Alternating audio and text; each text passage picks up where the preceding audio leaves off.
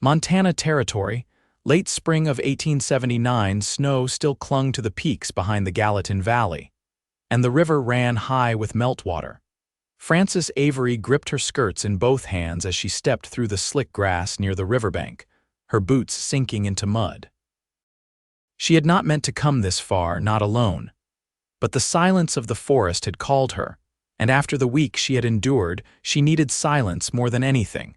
Just 4 days ago, her husband's wagon had rolled out of Bozeman with another woman seated beside him. He had not looked back. He had not taken their 2 children. Frances had stood in the dust with 8-year-old Leela on her hip and 5-year-old Levy gripping her skirts, heart split wide open but silent. She had not begged. She had not wept where anyone could see. Now she stood at the edge of the Gallatin River, staring at the current that moved fast and deep beneath the surface. Her bonnet hung down her back, hair loose from its pins. The wind tugged at her, and she took one step too close. The ground gave. The river took her. The cold hit like a hammer. She gasped under the surface, flailed, kicked upward. Her head broke through long enough to scream before she was dragged under again. The current twisted her body, slammed her against a rock. Water rushed into her mouth. Then arms. Strong, warm arms wrapped around her from behind, and she was dragged upward again. She coughed, choked, clung. Her rescuer swam hard, pulling her toward the shore. She could hear his breath, ragged and fast, near her ear. "I got you," the voice said, low and firm. "Hold on." The world blurred, water and light and sky, then cold earth.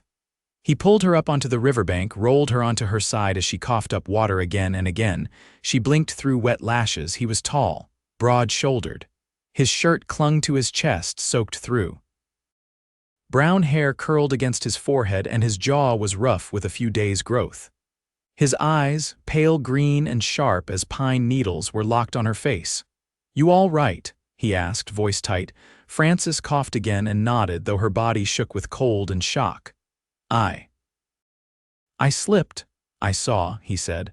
"From the trees. You are lucky I was riding through." She sat up slowly, water trailing down her dress. "You saved my life." He stood and reached down to offer his hand. She took it. His palm was warm and calloused. He pulled her up like she weighed nothing.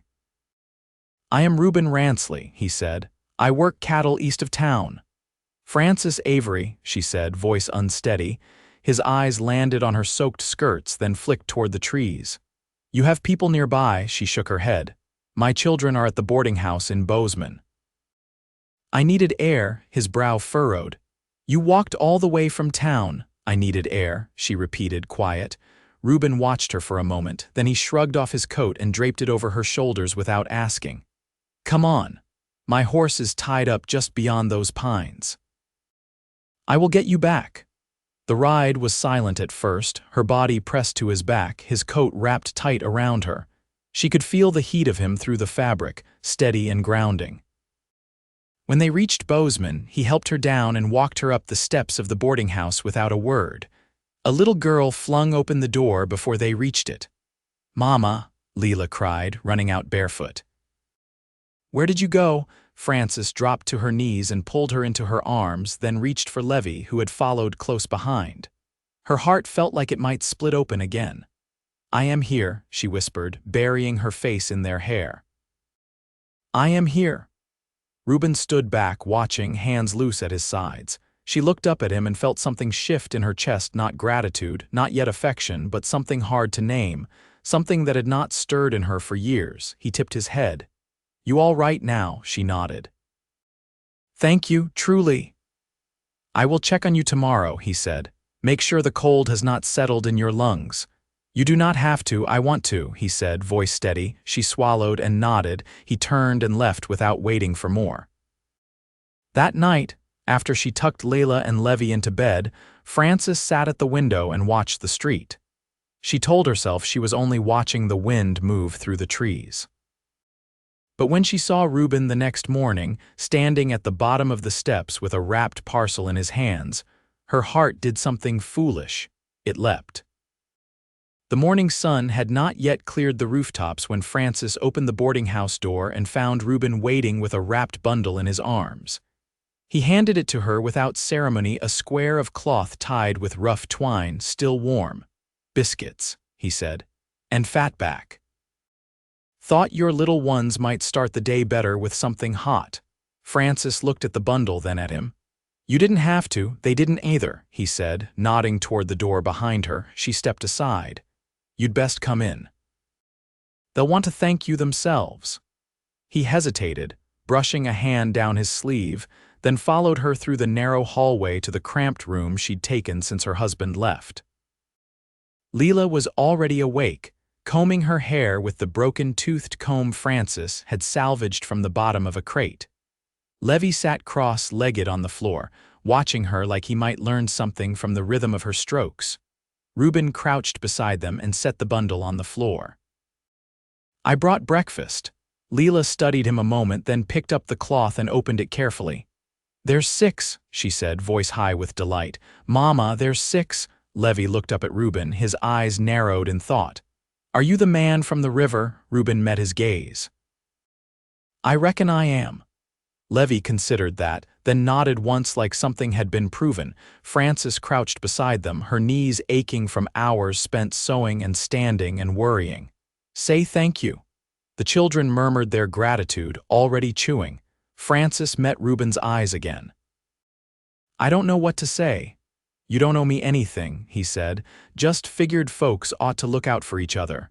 She rubbed her palms along her skirt. "You always take that on yourself, looking after strangers." He looked past her to the open window, where the light had begun to touch the far end of the sill. "Most folks aren't strangers long if you take the time." She didn't answer right away. The room still smelled faintly of lye soap and damp wool. She felt the weight of her children's closeness, the quiet of a man who didn't fill silence with noise. It made something in her unclench. "I'll be taking in mending today," she said. "Mrs. Clary's boy tore his only good shirt again, and I promised to have it finished by dusk." He nodded. "I've got fence to run out near the creek bend, but I pass back through town near sundown." She didn't ask why he was telling her that. He stepped back toward the door. "You need anything while I'm out that way?" Francis looked to the corner where their tin pail sat empty. "If you pass the well near the old mill, I wouldn't say no to a bucket of clean water. The one here comes up tasting like iron." He nodded once and left without another word. That evening, just as the sky turned the color of coals, Reuben returned with a full bucket swinging from one hand and a wrapped parcel under his arm. Francis took the water and set it beside the stove. "That's more than a pail," she said, eyeing the bundle. "Stopped by the widow Halpern's," he said. "She had extra flour and a jar of peach preserves she couldn't use, said you might make better use of 'em." Francis raised an eyebrow. "You convinced the widow Halpern to part with preserves?" He gave a short laugh. "She said it'd just go to spoil, and she didn't want to spend the summer swatting fruit flies." Francis smiled for the first time in days. It startled her, the way it came without effort. He saw it, and something shifted in his expression, just a flicker, but it lingered. "I'll be heading back," he said. "Early day tomorrow." She walked him to the steps. The street was quiet, lamplight flickering in the windows across the way. She folded her arms, watching the dust settle at his heels. "You know," she said, "folks are going to start talking." He glanced over his shoulder. "Let him." She didn't answer. She didn't need to. He tipped his hat and walked into the dark. Inside, Francis turned down the lamp and sat at the table. The children were already asleep, their breathing soft and even. She opened the preserve jar and dipped one finger in, tasting the sweetness slowly. A man who brought food without asking, who didn't fill quiet with noise, who looked at her like she was still whole. She closed the jar and set it aside, her heart steady for the first time in weeks. Outside, the wind shifted, carrying the scent of rain and distant pine. The next Sunday came warm and cloudless, with the kind of air that carried the scent of turned soil and sawdust. Church let out early, the preacher's voice a little hoarse from spring hay fever, and most of the town poured out into the street like water released from a gate. Children ran ahead while the elders lingered, trading gossip and seed advice. Frances stood on the edge of the crowd, her hands resting on Leela's shoulders, Levy pressed against her side. She hadn't expected to see Reuben there, not in his clean shirt and brushed coat, shoulders freshly shaved.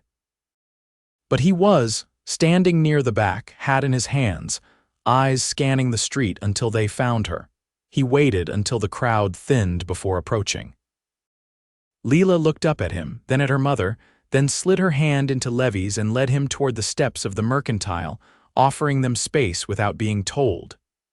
"You clean up well," Frances said, glancing at the pressed line his collar followed down his chest. He gave a small shrug.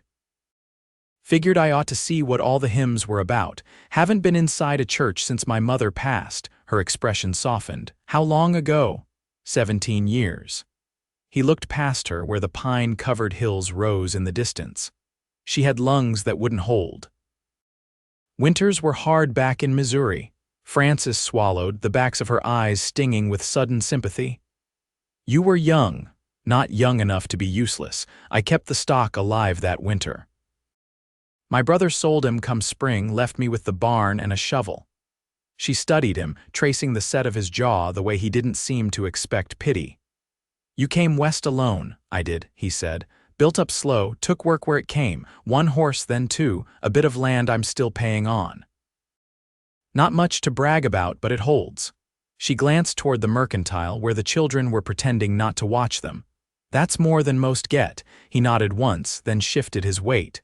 "I was wondering if you'd let me show you the place. It's not far." "Just across the rise east of town." Frances hesitated. "I can't leave the children." "I figured," he said, reaching into his coat pocket. "So I asked Miss Larney at the bakery if she'd sit for a few hours, paid her ahead." She blinked at him. "You did all that without knowing I'd agree." "I hoped." She studied his face. He hadn't shaved for vanity, he hadn't cleaned his coat for the preacher. He'd done it for her, and he'd made room for her children without being asked.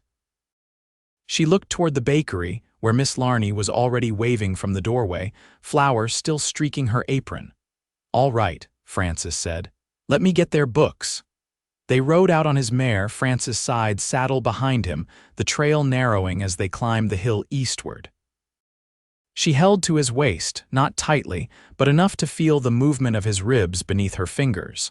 When they crested the rise, she caught her breath. The land laid out below them in quiet folds meadow creek, a weathered barn tucked at the edge of the trees. A small frame house stood near the center, its porch shaded and clean. "You built this?" she asked, sliding down as he steadied her. "With my own hands," he said. "Took me near 2 years, still patching the roof." She walked toward the porch, trailing her fingers along the rail. "And you live here alone?" "For now." Frances turned to him, the wind tugging at the loose strands of hair that had come free from her bonnet. He stood a few paces behind, letting her look, not pushing. His patience was not a performance, he carried it the way other men carried knives. "Worn in from use, it's quiet," she said. "It stays that way most days, except in summer when the crickets get loud and the creek runs low." She stepped into the doorway, then back again, scanning the yard. "You grow anything?" "Tomatoes, beans if the frost doesn't kill 'em, I keep hens." "A milk cow that don't give much milk." Frances smiled, then tilted her head. "And what would you do with more?" He ran a hand down the back of his neck. "I'd build another room, fix the loft, make space for a family if one ever came." She didn't answer, not with words. Instead, she stepped down from the porch and moved closer, stopping just in front of him. The silence stretched, but it didn't press. "I never thought I'd start over," she said quietly. "You're not starting over," he said, voice low. "You're just starting again." "There's a difference." She looked up at him, and this time she didn't look away, he didn't touch her, but the space between them felt like something lit from within. "I'll need time," she said. "I've got plenty," he answered. Behind them, the wind shifted through the grass, and somewhere in the rafters of the old barn, a swallow called out. Neither of them moved. Not yet. But the shape of things to come had begun to take root in that stillness. The wind carried the scent of wet earth as they rode back toward town, the mare's hooves quiet in the softening trail. Frances kept one hand steady on Reuben's side, the silence between them companionable, measured by the creak of saddle leather and the low hush of grass underfoot. When they reached the edge of Bozeman, the streets had thinned. Most shops had closed for the Sabbath, and only a few porch lanterns gave off light. Frances dismounted first, skirt brushing her ankles as she landed. Reuben followed, tying the mare to a post outside the bakery. Inside, Miss Larney was folding dish rags, her sleeves damp. She met Frances's eyes and nodded once. "They've been good. Leela read to her brother from that old primer someone left last winter." Frances reached for her coin purse, but Reuben spoke first. "Already seen to." Miss Larney gave him a look sharp with meaning, then handed over Levy's coat. "They're asleep in the back room. I didn't want to wake them." Frances stepped lightly inside, finding her children curled on a folded quilt beside the stove. She knelt and traced a hand over each brow, careful not to stir them. Their cheeks were warm, their breathing even. When she came back out, Reuben was leaning against the post, watching the last of the daylight fade behind the rooftops. "They're all right?" he asked. "They are," she said, drawing her shawl tighter. "I don't think Levy even noticed I was gone." He straightened, lifting his hat from the railing. "I should head back." She nodded, though her feet didn't move. He hesitated, then turned slightly toward her. "I'd like to bring something by tomorrow." "Not food, something for your needlework." Her brow lifted. "You know something about thread?" "I know a woman down the road who spins. She's got a spindle and time on her hands. Said she'd be glad to part with some skeins in exchange for fence work." Frances studied his face in the dim light. "Why do you keep doing this?" "What?" Looking for ways to ease things. He didn't look away. "Because I want to be part of what you're building, if you'll let me." She felt the words settle somewhere behind her ribs, slow and warm. "You hardly know me." "I've seen enough to know I want to," he said. She glanced toward the window where her children slept behind the glass. "It has to be slow. I'm not in a hurry." She looked up at him, quiet for a long moment. "Come to supper, day after next." "I'll make something worth the walk." "I'll be there." He nodded once, then stepped into the dark. That evening, after she carried Leela and Levy back to their beds, Frances pulled out her basket of work and sat by the lamp. She ran her fingers over the cloth patches waiting to be stitched, then set them aside and reached for a scrap of muslin she hadn't touched in years. Her hands remembered how to shape the folds. Not mending now, but making. Outside, the wind had quieted. The streets had gone still. And in the hush of her small room, hope began to take form, stitch by careful stitch. Frances stood in the small kitchen of the boarding house, sleeves rolled to her elbows, hands dusted in flour. The dough took shape under her palms, soft and warm, rising just as it should. She'd bartered for a handful of dried sage and a pinch of lard from the seamstress upstairs in exchange for patching 2 bodices. Enough to make a proper meal. Outside, the afternoon light stretched long against the floorboards. Leela sat near the window, mending a tear in her stocking with slow, neat stitches. Levy was curled on the rug with a carved horse Reuben had whittled and left on the sill 2 mornings ago. He hadn't said anything about it, just nodded when Frances glanced at the figure and met his gaze. She turned back to the stove, lifted the lid from the pot, and stirred. The meat was tender now, the scent of rosemary and onion drifting up with the steam. She wiped her hands and glanced at the clock. He'd be here soon. When the knock came, she opened the door and found him holding a small wooden box, corners rubbed smooth. "I brought something," he said. She stepped aside to let him in. "You always do."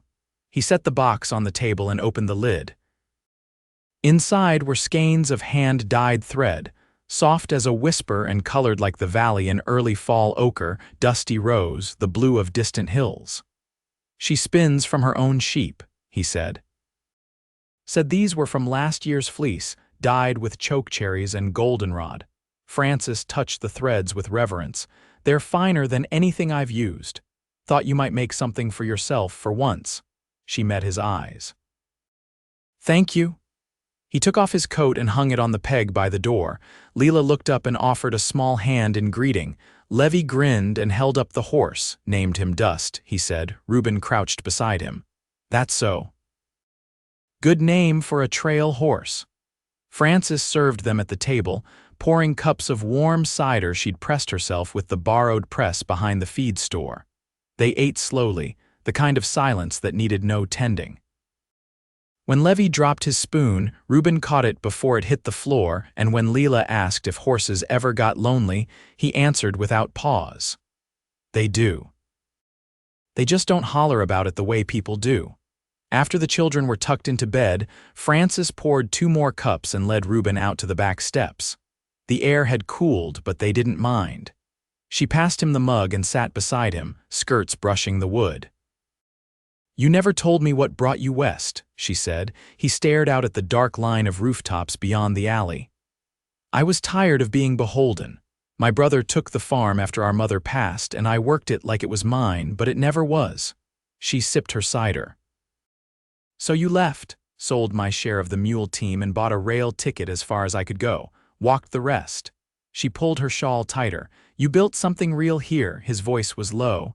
"I want to share it."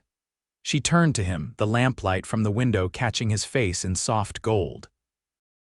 "You mean with me?" "I do." She didn't answer right away. Her hand found his on the step between them. His fingers were rough but steady. "I don't have much to offer," she said quietly. "Just what's left of me." He laced his fingers through hers. "That's all I want." She leaned against his shoulder, letting herself exhale into the quiet. His arm came around her, warm and sure. "You know what I miss most," she murmured. "Not having to carry everything alone." "You won't have to," he said. "Not if you let me in," she nodded. "Then come inside." They rose together, his hand never leaving hers. Inside, the fire was low, but the warmth lingered. She lit the lamp again, and he followed her to the kitchen where she pulled a cloth from a drawer and unfolded it. Inside was a small bundle of stitched linen, delicate and precise. "I've been working on this," she said. "For the room you said you'd build." He looked down at the cloth, traced one calloused thumb over the embroidery, a pair of swallows, wings outstretched, sewn in ochre thread. "It's for the window," she said, "so the morning light will come through it gentle." He looked up at her, and this time he didn't ask. He kissed her with the same steadiness he'd shown since the first day. No rush, no demand, just the quiet promise of a man who meant what he said. She kissed him back. That night Reuben stayed. Not as a visitor, but as something else entirely. He slept on a pallet near the children's room, and when Leela woke once with a bad dream, Frances found him already at her side, whispering something soft until she settled. By morning, the boarding house felt different, though no one said so. Frances made oat cakes. Reuben hauled water without being asked. The children moved between them as if it had always been this way. The day they moved into the house east of town, the sky was the color of ripe wheat. Reuben had patched the roof and built a small coop for new hens. Leela planted sunflower seeds along the fence. Levy ran barefoot through the grass, dust tucked under his arm. Frances unpacked the linen curtain and hung it in the front room. The light passed through it just as she'd imagined. At the hearth, Reuben stood with a hammer in one hand, fitting a shelf into place. He looked over his shoulder, caught her watching, and smiled. She crossed the room to him and rested her hand on his chest. "This is home," she said. He covered her hand with his. "It is." They married under the cottonwoods behind the house, just before the first frost. The preacher said his piece, and the town brought pies and fiddle music. Frances wore a dress she'd pieced together from scraps and thread Reuben had bartered for. Leela carried a handful of wild asters. Levy stood beside Reuben, proud as anything. That winter, the house held firm. Snow piled against the porch rail, and Reuben carried in wood while Frances mended and taught Leela her stitches. In the evenings, he read aloud. Sometimes, he'd play the harmonica low and sweet until the children fell asleep. One night, as the wind curled against the windows, Frances stood at the doorway and watched Reuben rock Levy, the boy's head tucked under his chin. She stepped into the room, laid her head against Reuben's shoulder, and whispered, "I didn't know I could have this." He kissed her temple. "You could, you just needed time," and she had taken it, carefully, completely. Together they built a life not born of rescue but of choice. of two people who had known loss and still decided to love forward, not back. They grew old with the land, and the land kept them.